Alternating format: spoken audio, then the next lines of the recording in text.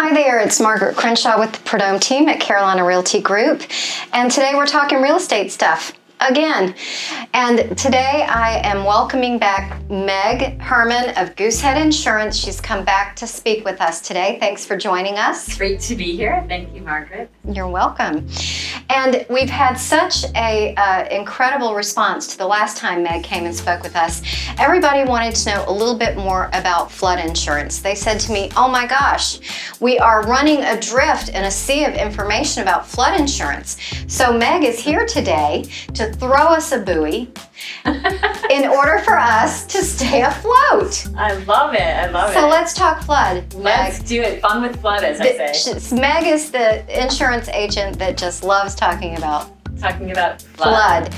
Well, Margaret, we live on a barrier island. That's right. And I think it's really important for everyone to consider flooding as a potential peril, that potentially, something that we have to deal with in terms of storms.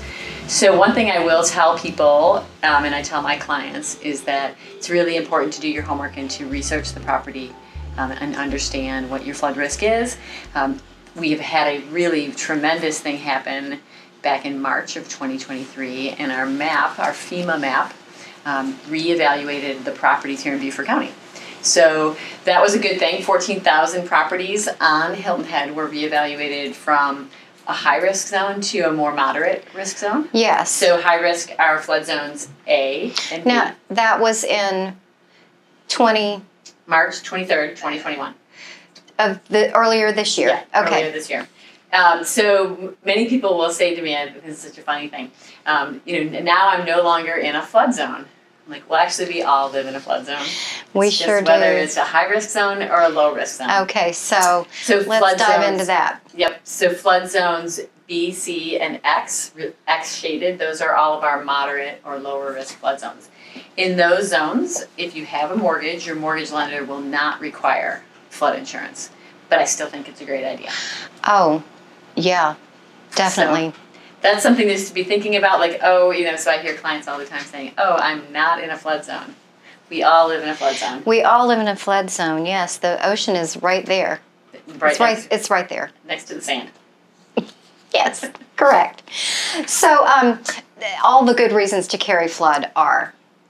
So flood insurance is, the peril of flooding is rising water. So water, rainfall that comes, and it happens on one or more properties, and it actually rises up to the point where it comes into your house.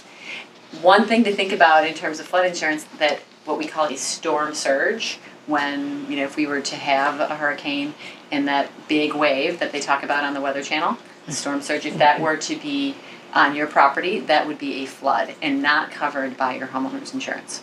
Correct. So do you think a lot of people think that they have flood insurance because they have homeowners? I do. As a matter of fact, about half the people I talk to think, oh, I have homeowners insurance, it must cover flood. When indeed, they actually need a separate policy. It is a separate policy. Your homeowner's insurance really never covers the peril of flooding. Right. So it's an important thing. Okay, that is very important. So tell us a little bit more about the National Flood Insurance Program, NFIP. Why was a change needed in this from March of this year? That's a great question. The National Flood Insurance Program started about 1969. They started insuring homes for the peril of flooding. So just in order to kind of take that risk out of the private marketplace that sort of wasn't really ready for it, and building in floodplains. So over the years, people think about FEMA as their provider. It's really called the National Flood Insurance Program. And they got into that marketplace, and until about 2004, the premiums that were collected to care for the peril of flooding actually would cover the losses. So it worked out pretty well. But something crazy happened in 2004, Margaret. What happened, Meg? Katrina happened. That's right.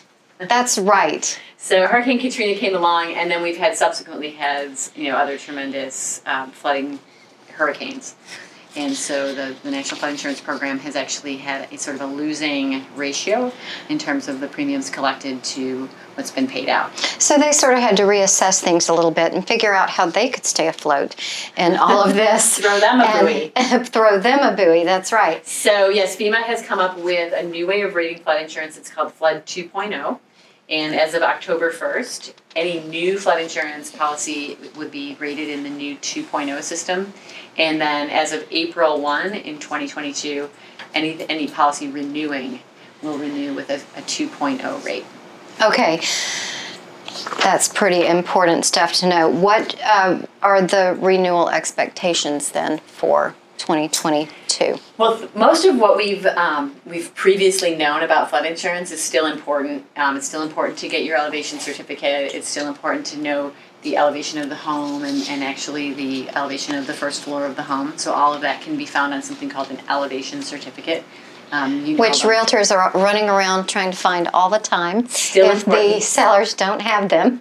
That's right, So all you sellers, go find your flood insurance. Your elevation map. That's right. So make sure you have your elevation certificate. And then we're finding more and more, one really interesting thing about the National Flood Insurance Program is that you can assume a policy that the seller had on the home. So Now, I've done that a couple times this year too, probably at your suggestion.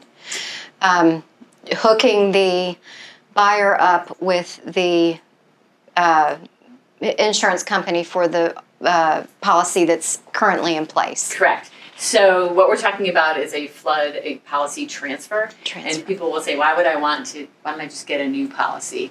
Well, the legacy rate that we have in place, that the current owner may have in place in what I'll call 1.0, FEMA's rating system, might be more advantageous than rating a new policy in the 2.0 system. I see. So those are some things to take into account. And when you're doing your research on your property, that's a great question to ask is, do you have a flood insurance policy on the house, and is it assumable?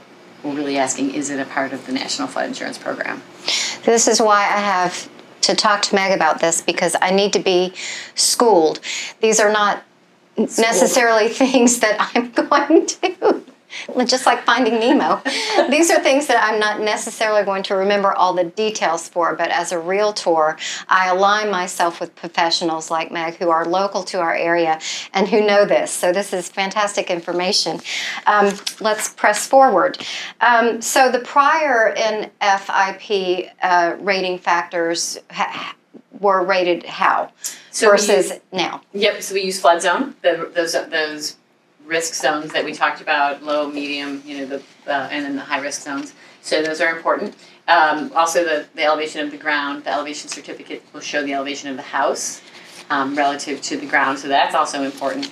And then the venting in the house, how is the house protected? So those were the things we always used to look at, for our old Flood 1.0 program.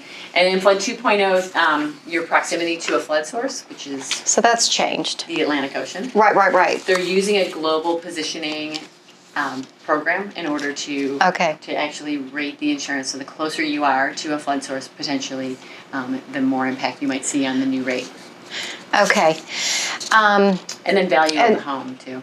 Value of the home. Great. I see some other things here. Do you want to expound about that? The ground elevation, first floor height. Right. So and those are all things. The replacement costs of the home, those are still important. So I guess what I'm saying to you and to your buyers, to the potential new members of our community, do your research, find out about the elevation certificate, find out if there's a policy in place, and then we'll go shopping, if you will. I love to go shopping. It's kind of like Filene's basement for flood. We'll go shopping. We'll look at the National Flood Insurance Program. We'll look at the prior policy, and then we'll also look at private flood insurance options. That was my next question on the next slide here. So what is the difference between private providers? How do you choose? So for a long time, we went to the National Flood Insurance Program. We went to FEMA to provide insurance for flooding. But now we have a host of new companies getting into this marketplace, and it's really interesting because they're able to offer some things that the National Flood Insurance Program can't offer or don't offer.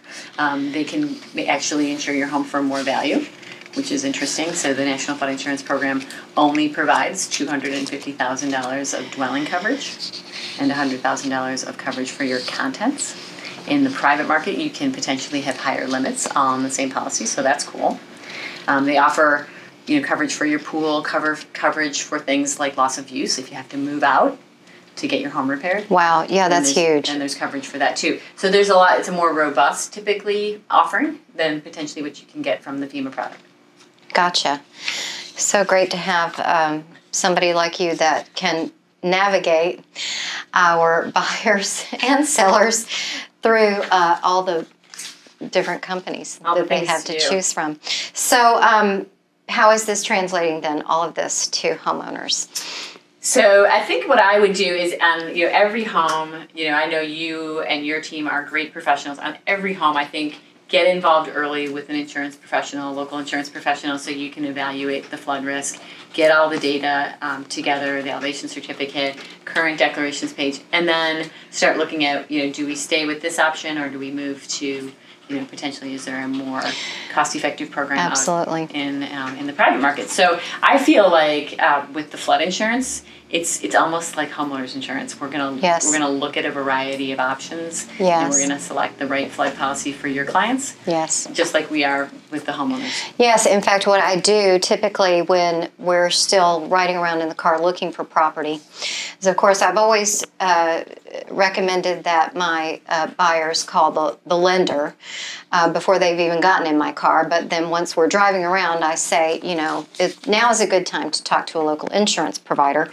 That way they can kind of school you, debrief you on kind of what's happening in the area and what you would need to know, so that when we identify the home, we put the offer in and we're under contract, then boom, they're already shopping for an insurance policy. Yeah, I think it's like get your ducks in a row. Get your ducks in a row. And Absolutely. If you are going to do the transfer, there's a little bit of coordination with the seller. They've got to sign off. And, just a few things to make sure that you're covering off on, so we don't want to be behind. Sure. And in most cases, if that seems daunting, you really have 30 or 45 days to get all this together, right? Correct. Before closing. Right. So it's not like it has to happen, by the end of the day you go under contract. Yep. So here, I'm going to tell you another interesting thing, and we can put this in wherever you think is important. Some of the things that are not changing in Flood 2.0. Yes. Couple of items. Mandatory purchase. If you are in a flood zone A or higher risk zone and you have a loan, your mortgage company will require that you have flood insurance. Okay. Another thing that's not changing is if you don't have a loan and you're going to be a cash buyer, then there is a 30-day wait to get into the National Flood Insurance Program, unless you transfer. Move the policy from one owner to the other. Okay, so another good reason to transfer, if you have cash and you want to close in 15 days, that's what the buyer and the seller both want, then you need to go the route of the transferring of the policy as opposed to shopping for a new one. Right. I'm telling you what, this is such valuable information, and Meg had shared this PowerPoint presentation with me that made it so much easier for me to kind of navigate my way through the questions today. And I know that if you have interest in this, please contact me and I can send this to you. Absolutely. Would that be okay, Meg? That would be great. Okay. And the other thing I would say about flood insurance is if you want to know what the cost of a flood policy will be for a particular property, maybe while you're in the process of contracting or buying, choosing the home. Right, yeah, I'm more than happy to help with that. Flood insurance is really just specific to a property, where homeowners insurance is a little bit more customized to the individual. So for most flood insurance companies, a house is a house. The attributes of the house will dictate the premium. Doesn't matter who owns it. Doesn't matter. Or what they have going on. Right, so we can get that in advance for you if it helps to make the decision. Great, thanks. Well, I'm hoping that everybody will reach out with their questions. Sounds great. Thanks again, Meg. Good to be here. And just so everybody knows that Meg Herman is located at Goosehead Insurance on 200 Main Street, Suite 102, right up here next to Hilton Head Plantation. And they've got a website, www.goosehead.com/Meg-Herman, or she can be emailed at meg.herman@goosehead.com. Thanks for coming. Oh my gosh, so fun to be here, and I'll be more than happy to help you with your flood insurance. Thank you.